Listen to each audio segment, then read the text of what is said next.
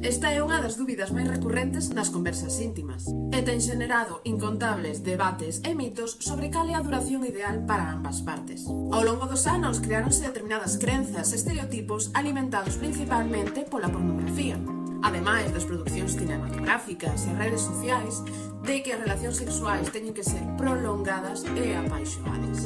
Sen embargo, existe gran variabilidade entre os tempos que resultan satisfactorios ás parellas.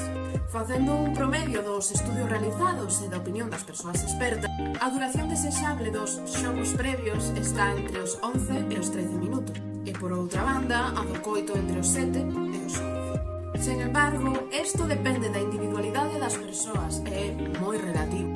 Ademais, hai que ter en conta outros factores como a idade, se hai patoloxías médicas, a postura. O mellor consello que vos podo dar é que vos deixedes levar e fagades a vosa experiencia única.